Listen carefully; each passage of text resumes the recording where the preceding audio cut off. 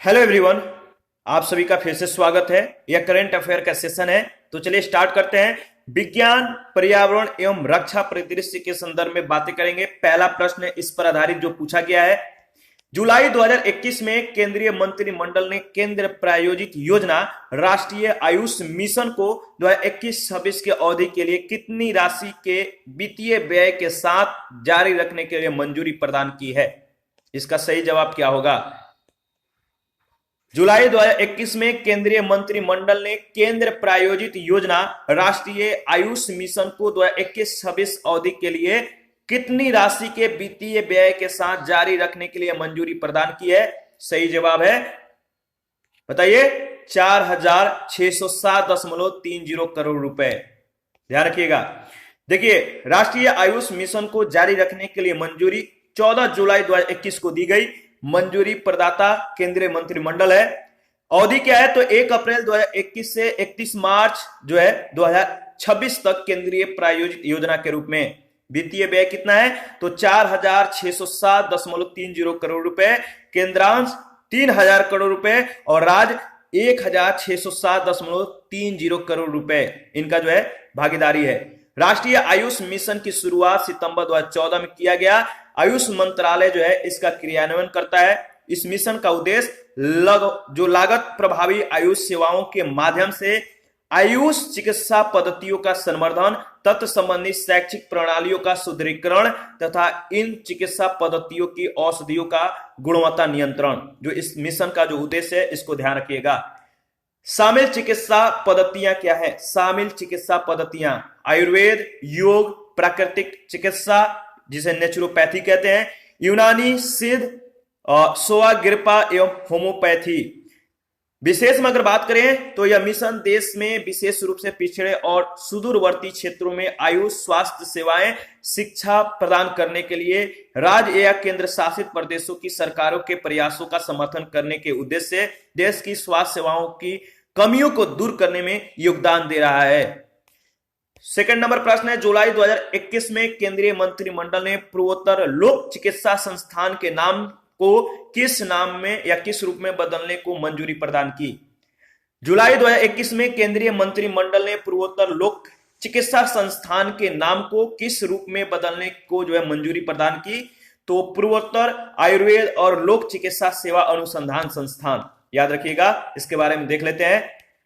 देखिए, पूर्वोत्तर लोक चिकित्सा संस्थान का नया नाम 14 जुलाई 2021 को इसका घोषणा किया गया। मंजूरी किसके द्वारा दी गई? तो केंद्रीय मंत्रिमंडल के द्वारा। परिवर्तित नाम क्या है? तो याद रखिएगा, पूर्वोत्तर आयुर्वेद और लोक चिकित्सा अनुसंधान संस्थान। प्रभाव क्या है? तो आयुर्वेद और लोक चिकित्सा में गुणवत्तापूर्ण शिक्षा और अनुसंधान उपलब्ध कराने के लिए संस्थान के अधिदेश में परिवर्तन करना पूर्वोत्तर क्षेत्र के लोगों के लिए अत्यधिक लाभप्रद।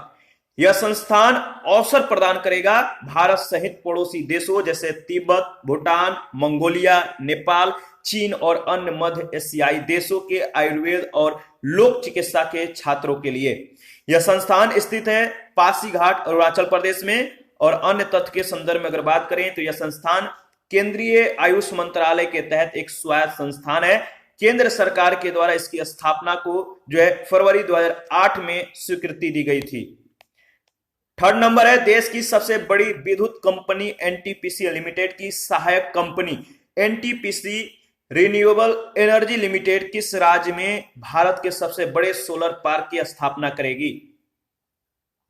देश की सबसे बड़ी विद्युत कंपनी एनटीपीसी लिमिटेड की सहायक company NTPC renewable energy limited किस राज्य में भारत के सबसे बड़े सोलर पार्क की स्थापना करेगी? सही जवाब है गुजरात। भारत के सबसे बड़े सोलर पार्क की स्थापना की मंजूरी 12 जुलाई 2021 को दी गई। मंजूरी किसने दिया? तो नवीन एवं नवीकरणीय ऊर्जा मंत्रालय। सोलर पार्क की स्थापना करने वाली जो कंपनी है एनटीपीसी रिन्यूएबल एनर्जी लिमिटेड है। स्थल कहां है? तो स्थापना स्थल कच्छ के रण स्थित खावड़ा जिला, कच्छ, गुजरात। और क्षमता कितनी होगी? तो 4750 मेगावाट। एनटीपीसी आरईएल की योजना इस पार्क से वाणिज्यिक स्तर पर हरित हाइड्रोजन उत्पादित करने की है और वर्ष 2032 तक 60 गीगावाट नवीकरणीय ऊर्जा क्षमता का निर्माण करना, जो एनटीपीसी लिमिटेड का जो लक्ष्य है, इसको ध्यान रखिएगा। क्वेश्चन नंबर 4 है, नीचे दिए गए कथन है। पहला कथन है, निम्न भूकक्षा पारंपरिक स्थिर उपग्रह प्रणालियों के तुलना में सुदृढ़ सिग्नल और तीव्र गति प्रदान करने में सक्षम है। और दूसरा जो कथन है, एलईओ उपग्रहों के माध्यम से internet connectivity fibre optical internet के तुलना में लागत प्रभावी होती है। इसका सही जवाब होगा पहला कथन, जो सिर्फ पहला कथन सही है। लो अर्थ ऑर्बिट उपग्रहों के माध्यम से इंटरनेट सेवा चर्चा में 1 जुलाई 2021 को था। लो अर्थ ऑर्बिट में 36 उपग्रह प्रक्षेपित किए गए। संबंधित कंपनी जो है वनवेव है। इसमें भारतीय बहुराष्ट्रीय कंपनी भारतीय इंटरप्राइजेज की 38.6% भागीदारी है। प्रक्षेपण स्थल है सोयूज प्रक्षेपण परिसर, वास्तोचनी, कॉस्मोड्रोम, रूस। देखिए, इस प्रक्षेपण के साथ वनवेव के कक्षा में स्थापित उपग्रहों की कुल संख्या 254 हो गई। वनवेव के लो अर्थ ऑर्बिट इंटरनेट सेवा कार्यक्रम के तहत कुल 648 उपग्रह स्थापित किए जाएंगे। उद्देश्य है 50 डिग्री उत्तरी अक्षांश से उत्तर के क्षेत्रों, ब्रिटेन, अलास्का, उत्तरी यूरोप, ग्रीनलैंड, कनाडा एवं आर्कटिक क्षेत्र में इंटरनेट कनेक्टिविटी प्रदान करना। कार्यक्रम का नाम है 5 to 50 और मुख्य प्रतिद्वंदी एलन मस्क का स्पेस एक्स के नेतृत्व वाला स्टारलिंक, जिसके तहत वर्तमान में 1336 उपग्रह संचालित है। 31 जुलाई 2021 के स्थिति के अनुसार देखिए, ये जो है लो अर्थ ऑर्बिट उपग्रह पृथ्वी से लगभग 1200 किलोमीटर की ऊंचाई वाली ध्रुवीय निम्न भूकक्षा में स्थापित। इन लो अर्थ ऑर्बिट उपग्रहों की गति जो है लगभग 27,000 किलोमीटर प्रति घंटा और परिक्रमण काल जो है 90 से 120 मिनट है। लो अर्थ ऑर्बिट उपग्रह की कक्षा पृथ्वी के निकट होने के कारण भू स्थिर उपग्रह यानी कक्षा लगभग जो है 36,000 किलोमीटर प्रणालियों के तुलना में सुदृढ़ सिग्नल और तीव्र गति प्रदान करते हैं। परंतु ऐसे एक उपग्रह का भूमि के ट्रांसमीटर से प्रत्यक्ष संपर्क लगातार न होकर कुछ समय के लिए होता है, जिसके कारण इन उपग्रहों की काफी संख्या जो है आवश्यक होती है, जिसके लिए अधिक पूंजी निवेश चाहिए। क्वेश्चन नंबर 5 है, जून 2021 में रक्षा अनुसंधान एवं विकास संगठन ने नई पीढ़ी की परमाणु सक्षम बैलिस्टिक मिसाइल अग्नि पी का सफल परीक्षण किया। अग्नि पी मार करने में सक्षम है। याद रखिएगा, अग्नि पी जो है सरफेस टू सरफेस मार करने में सक्षम है, यानी इसका सही जवाब होगा ए ऑप्शन। इसका पूरा नाम है अग्नि प्राइम। परीक्षण तिथि है 28 जून 2021। परीक्षण स्थल है उड़ीसा तट के निकट बालासोर जिले में स्थित डॉक्टर एपीजे अब्दुल कलाम द्वीप यानी व्हीलर द्वीप से।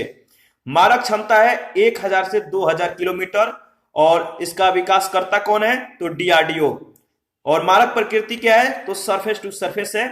अग्नि प्राइम ठोस परमाणुक आधारित द्विचरणीय मिसाइल है, जिसे कैनिस्टर से प्रक्षेपित किया जा सकता है। यह अगली पीढ़ी की MRBM यानी मीडियम रेंज बैलिस्टिक मिसाइल है। प्रश्न संख्या 6, हैदराबाद स्थित प्रौद्योगिकी अनुसंधान एवं विकास फर्म ग्रेने रोबोटिक्स के द्वारा भारत का पहला स्वदेशी ड्रोन डिफेंस डोम किस नाम से विकसित किया गया है? बताइए, ड्रोन डिफेंस डोम किस नाम से विकसित किया गया है? सही जवाब है इंद्रजाल। याद रखिएगा, भारत का पहला स्वदेशी ड्रोन डिफेंस डोम, इसका विकासकर्ता कौन है? तो ग्रेने रोबोटिक्स। घोषणा हुआ 28 जून 2021 को। इसका नाम जो पूरा नाम है इंद्रजाल है। विशेषता इसकी क्या है? तो भारत की पहली स्वदेशी एकीकृत वितरित और व्यापक क्षेत्र स्वचालित ड्रोन प्रतिरक्षा प्रणाली। कार्य क्या है? तो हवाई खतरों का आकलन और स्वतः कार्रवाई करना। इसकी क्षमता है 1000 से 2000 वर्ग किलोमीटर क्षेत्र को हवाई खतरों से बचाने में सक्षम। यह ड्रोन जो है प्रतिरक्षा प्रणाली जम्मू कश्मीर एयरफोर्स स्टेशन पर जो है 27 जून 2021 को हुए ड्रोन हमलों के संदर्भ में विशेष महत्वपूर्ण है। 7 नंबर है, मई 2021 में समाचार पत्रों के सुर्खियों में रहा मैफ्लोर 400 क्या है? मैफ्लोर 400 मानव रहित पोत है। इसके बारे में देख लेते हैं। विश्व का पहला मानव रहित आर्टिफिशियल इंटेलिजेंस आधारित समुद्री अनुसंधान पोत है।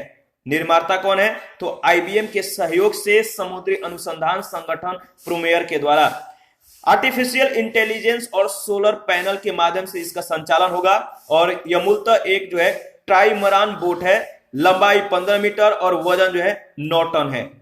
यह समुद्र में अंतर्जलीय यानी अंडर वाटर जगत का अन्वेषण करने के साथ साथ समुद्र जल में प्लास्टिक और अन्य प्रदूषणों का आकलन करेगा। इसने अपनी जो है पहली ट्रांस अटलांटिक यात्रा 15 मई 2021 को प्रारंभ की। नेक्स्ट प्रश्न है, भारतीय सुपर कंप्यूटर परम सिद्धि A1 को जून 2021 में जारी विश्व के शीर्ष 500 सबसे शक्तिशाली सुपर कंप्यूटर्स के सूची में कौन सा स्थान प्राप्त हुआ? परम सिद्धि, इसका स्थान है 89वां, याद रखिएगा। देखिए, टॉप 500 सुपर कंप्यूटर सूचना जारी हुआ जून 2021 को। शीर्ष 3 जो सुपर कंप्यूटर हैं, फुगाकू जापान की है, दूसरा समिट यूएसए, तीसरा सियरा यूएसए की। तो ध्यान रखिएगा, जो शीर्ष 3 सुपर कंप्यूटर हैं, फुगाकू जापान, समिट यूएसए और सियरा कहां की? यूएसए की। सूची में शामिल भारत के सुपर कंप्यूटर परम सिद्धि को 89वां, प्रत्यूष को 107वां और मिहिर को 187वां स्थान दिया गया। इस सूची में सर्वाधिक चीन के 186 और यूएसए के 123 सुपर कंप्यूटर शामिल हैं। सुपर कंप्यूटर परम सिद्धि 1I का जो विकास है CDAC centre for development of advance computing ने किया है। नवंबर 2020 की टॉप 500 सूची में इसे 62वां स्थान प्राप्त हुआ था। 9 नंबर है, मई 2021 में स्वविकसित सीमोर्ग नामक सुपर कंप्यूटर लॉन्च करने वाला कौन सा देश है? सीमोर्ग नामक सुपर कंप्यूटर लॉन्च करने वाला देश है ईरान, बी ऑप्शन। इसके बारे में देख लेते हैं। देखिए, सुपर कंप्यूटर सीमोर्ग विकासकर्ता कौन है? तो अमीर Kabir university of technology Tehran, Iran. वर्तमान क्षमता क्या है? तो 0.56 पेटाफ्लॉप्स, शीघ्र 1 पेटाफ्लॉप्स तक की वृद्धि की घोषणा। और स्थापित AUT के high performance computing research centre में। नामकरण पौराणिक पर्शियन पक्षी सिमुर्ग यानी फिनिक्स पक्षी के समकक्ष के नाम पे। तो याद रखिएगा, जो सिमुर्ग है पौराणिक पर्शियन पक्षी है, इसी के नाम के समक्ष जो है इसका नाम रखा गया है सिमुर्ग। और ईरान ने साथ ही इससे जो है 100 गुना अधिक शक्तिशाली सुपर कंप्यूटर का विकास जो है प्रारंभ किया है, जिसका नाम है फील्ड्स मेडल। गणित का नोबेल के रूप में अभिहित विजेता प्रथम महिला, प्रथम ईरानी मरियम मिर्जा खानी के सम्मान में मरियम रखा जाएगा इसका नाम, तो मरियम। और 10 नंबर प्रश्न है, बहुपक्षीय सामुद्रिक अभ्यास लॉ पेरास के विषय में कौन सा कथन सही नहीं है? लॉ पेरास, इसके विषय में 4 कथन है जो कि सही नहीं है, आपको बताना है। वो है आपका सी कथन, इसका नेतृत्व भारत की नौसेना ने किया, जो कि सही नहीं है। देखिए, लॉ पेरास बहुपक्षीय सामुद्रिक अभ्यास है। आयोजन 5 से 7 अप्रैल 2021 को हुआ और कहां पर हुआ? तो पूर्वी हिंद महासागर में। किसने नेतृत्व किया? तो फ्रांस की नौसेना ने। शामिल नौसेनाएं जो थी वो फ्रांस की नौसेना थी, royal Australian navy, Japan maritime self defence force, United state navy और भारतीय नौसेना।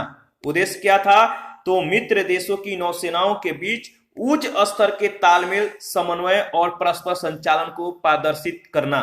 विशेष में अगर बात करें तो भारतीय नौसेना के जहाज INS सतपुड़ा एक इंटीग्रल हेलीकॉप्टर के साथ INS किल्तान ने P-81 launch range maritime petrol aircraft के साथ इसमें भाग लिया और भारतीय नौसेना ने इस अभ्यास में पहली बार भाग लिया। लॉ पेरास सामुद्रिक अभ्यास का प्रथम आयोजन जो है 2019 में हुआ था, ध्यान रखिएगा। 11 नंबर है, हाल ही में स्वदेशी निर्मित ALH MK3 हेलीकॉप्टर की पहली यूनिट को किसमें शामिल किया गया? हाल ही में स्वदेशी निर्मित ALH MK3 हेलीकॉप्टर की पहली यूनिट को किसमें शामिल किया गया? तो भारतीय नौसेना में, ध्यान रखिएगा।